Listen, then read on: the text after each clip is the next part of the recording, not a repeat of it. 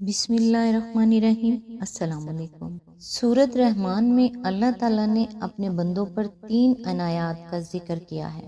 ایک، گندم اور اناج میں کیڑے پیدا کر دیے، ورنہ لوگ اسے سونے اور چاندی کی طرح ذخیرہ کر لیتے اور لوگ بھوکے مر جاتے۔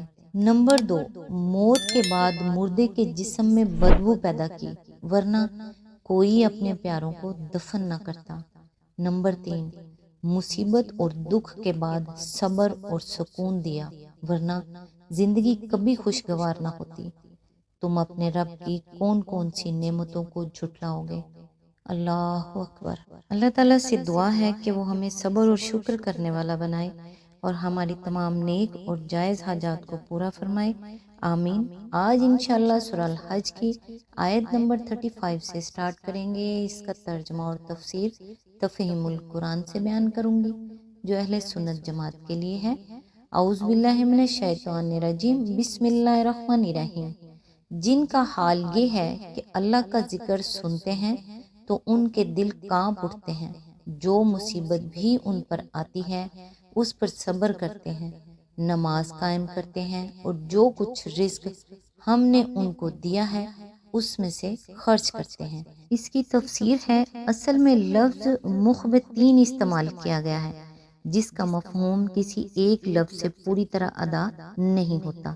اس میں 3 مفہومات شامل ہیں: استکبار اور غرور نفس چھوڑ کر اللہ کے مقابلے میں عجز اختیار کرنا، اس کی بندگی و غلامی پر مطمئن ہو جانا، اس کے فیصلوں پر راضی ہو جانا۔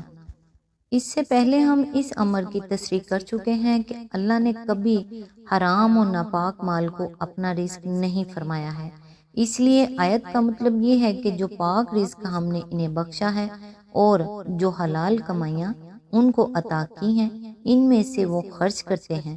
پھر خرچ سے مراد بھی ہر طرح کا خرچ نہیں ہے، بلکہ اپنی اور اپنے اہل و عیال کی جائز ضروریات پوری کرنا، رشتہ داروں اور ہمسایوں اور حاجت مند لوگوں کی مدد کرنا، رفع عام کے کاموں میں حصہ لینا اور اللہ کا کلمہ بلند کرنے کے لیے مالی اثار کرنا مراد ہے۔ بے جا خرچ اور عیش و عشرت کے خرچ اور ریاکارانہ خرچ وہ چیز نہیں ہے جسے قرآن انفاق قرار دیتا ہو، بلکہ یہ اس کی اصطلاح میں اسراف اور تبذیر ہے۔ اسی طرح کنجوسی اور تنگ دلی کے ساتھ جو خرچ کیا جائے کہ آدمی اپنے اہل و عیال کو بھی تنگ رکھے اور خود بھی اپنی حیثیت کے مطابق اپنی ضرورتیں پوری نہ کرے اور خلق خدا کی مدد بھی اپنی استطاعت کے مطابق کرنے سے جی چرائے، تو اس صورت میں اگرچہ آدمی خرچ تو کچھ نہ کچھ کرتا ہی ہے، مگر قرآن کی زبان میں اس خرچ کا نام انفاق نہیں ہے، وہ اس کو بخل اور شح نفس کہتا ہے۔ آیت نمبر 36، اور قربانی کے اونٹوں کو ہم نے تمہارے لیے شعائر اللہ میں شامل کیا ہے، تمہارے لیے ان میں بھلائی ہے، پس انہیں کھڑا کر کے ان پر اللہ کا نام لو، اور جب قربانی کے بعد ان کی پیٹھیں زمین پر ٹک جائیں تو ان میں سے خود بھی کھاؤ اور ان کو بھی کھلاؤ جو قناعت کیے بیٹھے ہیں، اور ان کو بھی جو اپنی حاجت پیش کریں۔ ان جانوروں کو ہم نے اس طرح تمہارے لیے مسخر کیا تاکہ تم شکریہ ادا کرو۔ اس کی تفسیر ہے، اصل میں لفظ بدن استعمال ہوا ہے جو عربی زبان میں اونٹوں کے لیے مخصوص ہے، مگر نبی صلی اللہ علیہ وآلہ وسلم نے قربانی کے حکم میں گائے کو بھی اونٹوں کے ساتھ شامل فرما دیا ہے۔ جس طرح ایک اونٹ کی قربانی 7 آدمیوں کے لیے کافی ہوتی ہے، اسی طرح گائے کی قربانی بھی 7 آدمی مل کر کر سکتے ہیں۔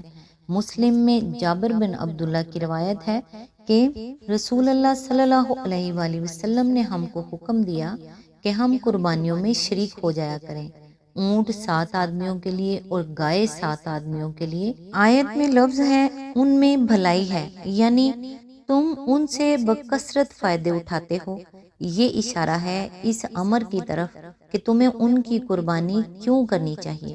آدمی خدا کی بخشی ہوئی جن جن چیزوں سے فائدہ اٹھاتا ہے ان میں سے ہر ایک کی قربانی اس کو اللہ کے نام پر کرنی چاہیے، نہ صرف شکر و نعمت کے لیے بلکہ اللہ کی برتری اور مالکیت تسلیم کرنے کے لیے بھی، تاکہ آدمی دل میں بھی اور عمل سے بھی اس امر کا اعتراف کرے کہ یہ سب کچھ خدا کا ہے جو اس نے ہمیں عطا کیا ہے۔ ایمان اور اسلام نفس کی قربانی ہے، نماز اور روزہ جسم اور اس کی طاقتوں کی قربانی ہے، زکوٰۃ ان اموال کی قربانی ہے جو مختلف شکلوں میں ہم کو اللہ نے دیے ہیں، جہاد وقت اور ذہنی اور جسمانی صلاحیتوں کی قربانی ہے، قتال فی سبیل اللہ جان کی قربانی ہے۔ یہ سب ایک ایک طرح کی نعمت اور ایک ایک عطیے کے شکریہ ہیں۔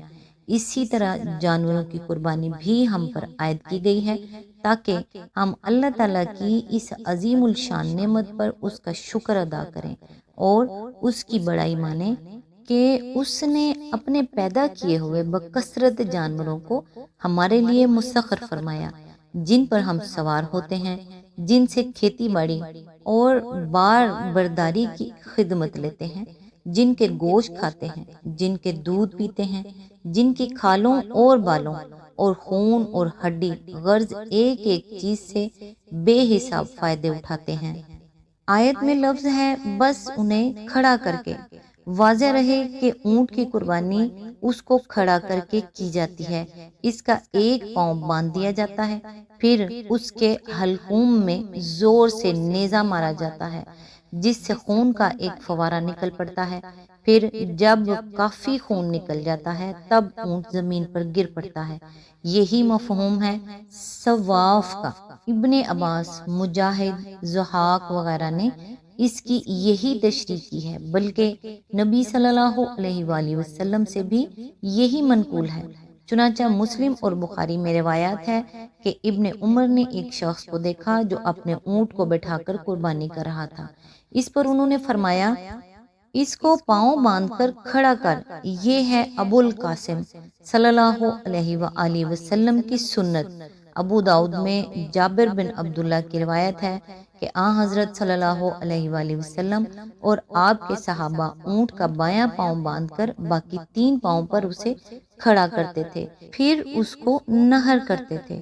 اسی مفہوم کی طرف خود قرآن بھی اشارہ کر رہا ہے، اذا وجبت جنوبہا، یعنی جب ان کی پیٹھیں زمین پر ٹک جائیں۔ یہ اسی صورت میں بولیں گے جب کہ جانور کھڑا ہو اور پھر زمین پر گرے، ورنہ لٹا کر قربانی کرنے کی صورت میں تو پیٹھ ویسے ہی ٹکی ہوئی ہوتی ہے۔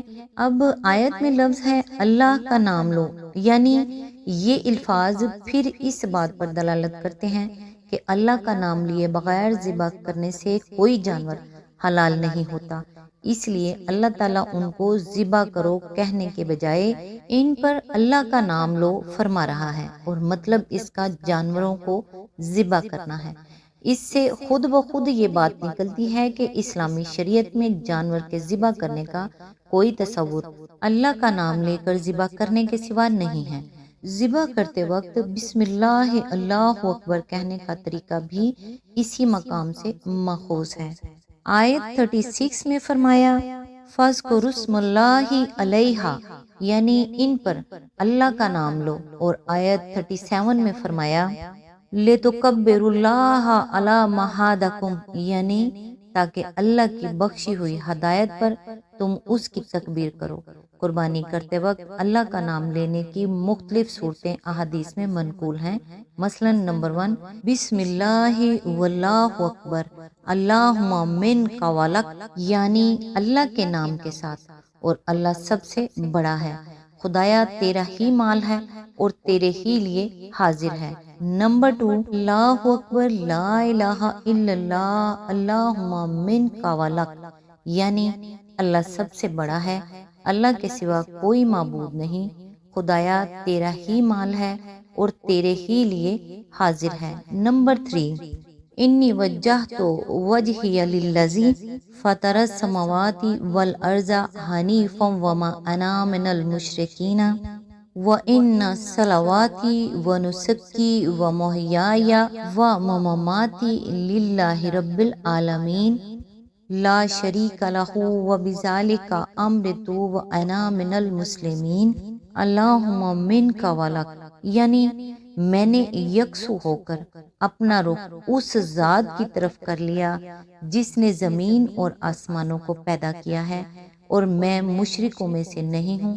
بے شک میری نماز اور قربانی اور میرا مرنا اور جینا سب اللہ رب العالمین کے لیے ہے، اس کا کوئی شریک نہیں، اسی کا مجھے حکم دیا گیا ہے اور میں سر اطاعت جھکا دینے والوں میں سے ہوں۔